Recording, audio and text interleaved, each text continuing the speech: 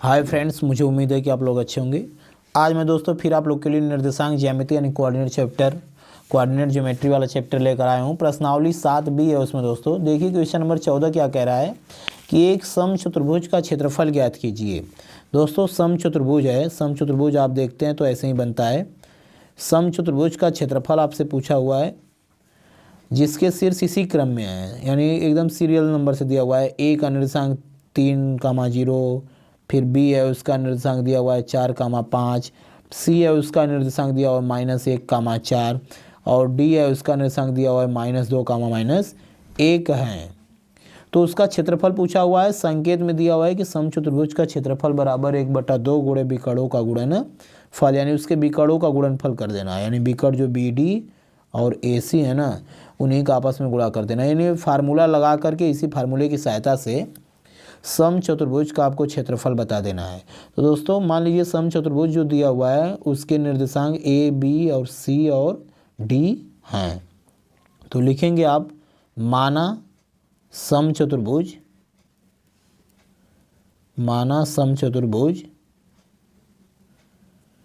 जिसके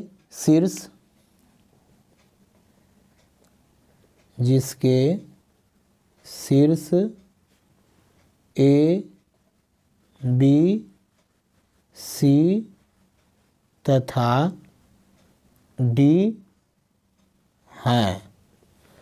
दोस्तों ए, बी, सी तथा डी हैं, अर्थात ए का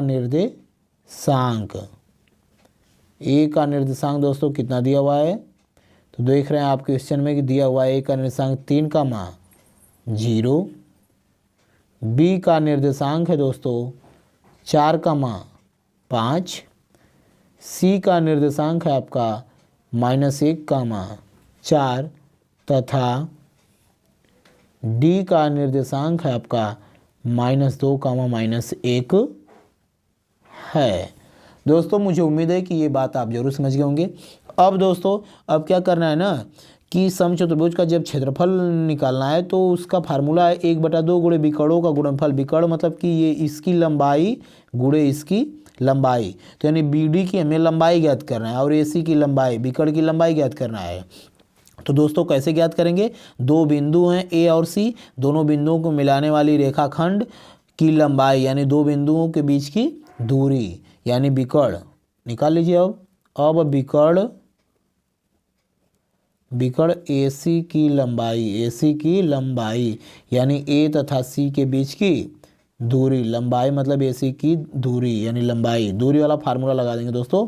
तो अंडर रूट में हो जाएगा x1 - x2 का whole square plus y1 - y2 का होल स्क्वायर। दोस्तों इसी फार्मूले पर रख देंगे यानी AC की लंबाई आ जाएगी। तो x1 कितना है 3 -x2 है आपका -1, तो माइनस माइनस हो जाएगा +1। फिर y1 है आपका 0 -y2 है कितना 4, यानी 3 1 4 का स्क्वायर, फिर 0 में से 4 घटेगा -4 का स्क्वायर, यानी 4 का स्क्वायर 16, फिर 4 का स्क्वायर 16, माइनस का स्क्वायर प्लस हो जाता है दोस्तों। तो अंडर रूट में 16 16 32, तो अंडर रूट में 32 हो गया दोस्तों। तो इसका फैक्टर करेंगे हम लोग, तो 4 चौके 16 दूना 32, यानी 4 कड़ी में 2 इकाई आ गया दोस्तों, यानी AC की लंबाई आ गई दोस्तों। AC की लंबाई आ गई यानी एक विकर्ण की लंबाई आ गई दोस्तों, AC की लंबाई। इसी प्रकार अब किसकी लंबाई ज्ञात करना है, BD की लंबाई। अब दोस्तों विकर्ण BD की लंबाई निकाल लेते हैं। अब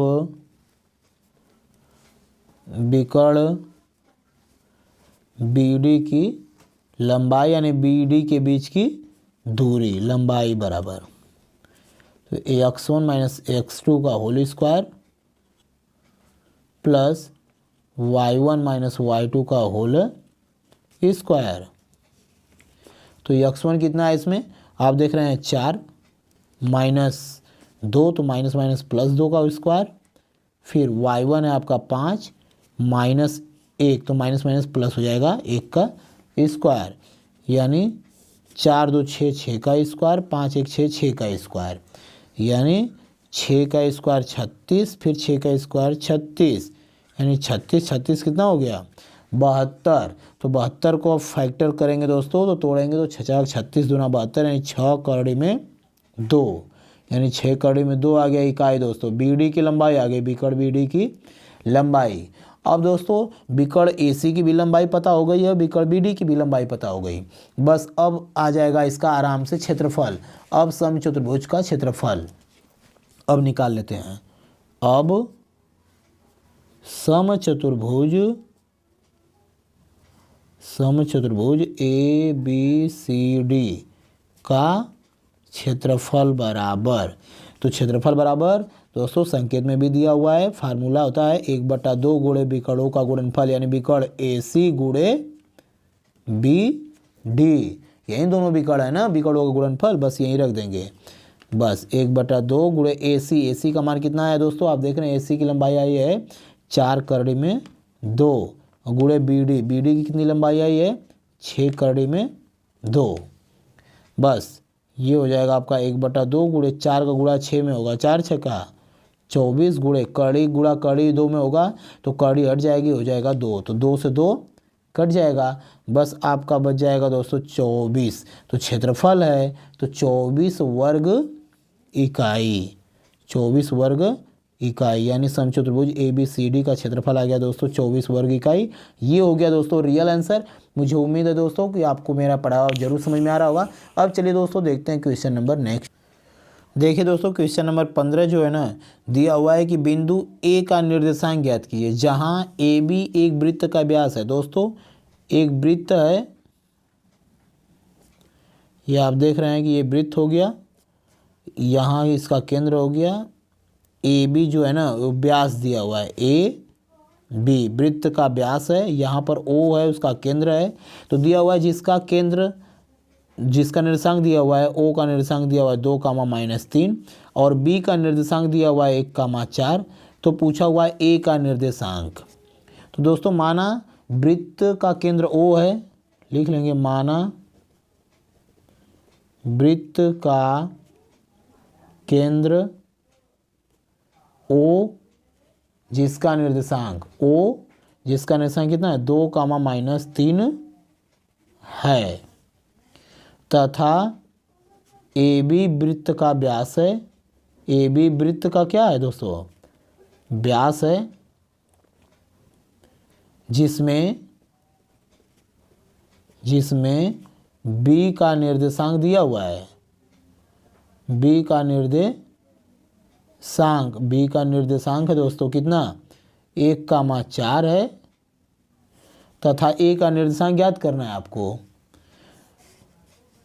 तब ए का निर्देशांक आपको निकालना है दोस्तों, यानी ए का निर्देशांक में मतलब क्या निकालना है, एक्स का मान और वाई का मान निकालना है, यही आपको ज्ञात करना है। ए का निर्देशांक में एक्स का मान वाई का मान नहीं बताना है। तो दोस्तों आप देख रहे हैं कि जो ए बी है ना, ए और बी, ए बी को मिलाने वाली रेखाखंड के मध्य बिंदु का निर्देशांक दिया हुआ है। तो बस ए बी के 2 बिंदु हैं, दोनों बिंदुओं को मिलाने वाली रेखाखंड के मध्य बिंदु का निर्देशांक वाला फार्मूला लगा देंगे। बस दोस्तों अब ए बी के मध्य बिंदु का निर्देशांक, दोस्तों 2 बिंदु होते हैं, दोनों बिंदुओं को मिलाने वाली रेखाखंड के मध्य बिंदु का निर्देशांक कैसे निकालते हैं हम लोग, x बराबर होता है x1 + x2/2 और y बराबर होता है y1 + y2/2। तो x बराबर कितना दिया हुआ है दोस्तों 2, यानी 2 बराबर x1, ये हो गया हमारा x1 y1, ये है x2 y2। तो x1 नहीं पता है, जो हमें निकालना है x2 कितना है 1 पूरे 1/2 और फिर y बराबर कितना है -3 बराबर y1 कितना है y1 निकालना है प्लस y2 कितना दोस्तों 4/2। बस 2 दूना के 4 बराबर x1 + 1, 3 दूना के 6 -6 बराबर y1 + 4। बस ये +1 इधर आएगा तो -1 हो जाएगा, यानी x1 बराबर 3।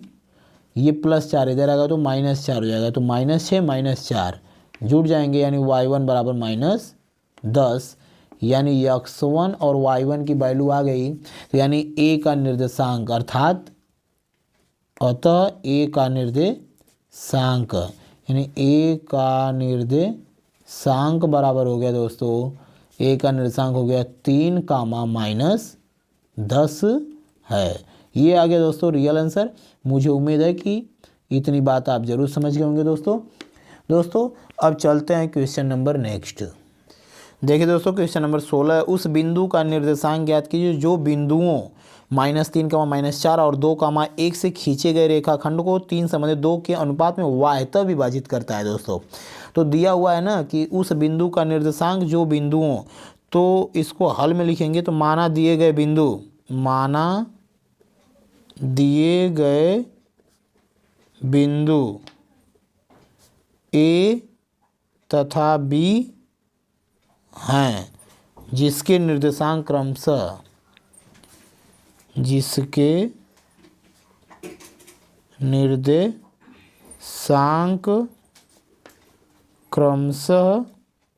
A का निर्देशांक कितना है दोस्तों, -3, -4 तथा 2, 1 हैं।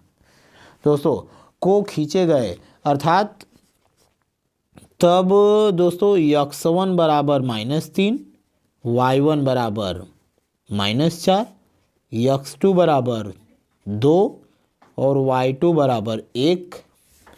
और यहाँ पर सवाल में दिया हुआ है रेखाखंड को 3:2 के अनुपात में, यानी m1 संबंधे m2 बराबर दिया हुआ है 3:2, यानी m1 बराबर 3 और m2 बराबर 2 है। वाह्यतः विभाजित करता है, तब दोस्तों उस बिंदु का निर्देशांक बताना है, यानी तब बिंदु का निर्देशांक जो उसे वाह्यतः विभाजित करता है, यानी तब वाह्यतः विभाजित करने वाले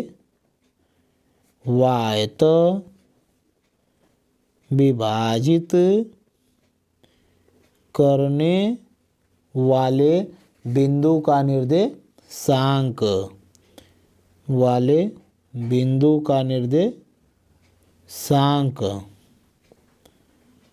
वाह्यतः विभाजित करने वाले बिंदु का निर्देशांक बराबर दोस्तों होता है क्या, m1 x2 minus m2 x1 अपान m1 माइनस m2। फिर y बराबर होता है m1 y2 minus m2 y1 अपान m1 माइनस m2। बस दोस्तों बस इसी पर रख देंगे, आ जाएगा उस बिंदु का निर्देशांक जो उसे वाह्यतः विभाजित करता है। तो m1 कितना है 3 गुणे x2 2 माइनस m2 2 गुणे x1 -3 अपान m1 माइनस m2 यानी 3 - 2। y बराबर है m1 3 गुणे y2 है आपका -4, नहीं सॉरी y2 है 1 माइनस m2 है 2 गुणे y1 है आपका -4 अपान m1 माइनस m2 यानी 3 - 2। बस इसी को अब सॉल्व कर लेंगे। 3 दूना के 6 माइनस माइनस प्लस हो जाएगा, 3 दूना के 6 अपान 1, फिर 3 1 3 माइनस माइनस प्लस हो जाएगा, 2 चौके 8 बटा के 1 यानी 6 6 12 बटा के 1 8 3 11 यानी 12, 11 यानी वाह्यतः विभाजित करने वाले उस बिंदु का निर्देशांक हो गया 12, 11। ये आ गया दोस्तों आपका रियल आंसर। आई होप दोस्तों कि ये बात आप जरूर समझ गए होंगे। दोस्तों आज के लिए इतना ही, कल मिलते हैं नेक्स्ट वीडियो में नेक्स्ट क्वेश्चन के साथ। Thank you for watching this video.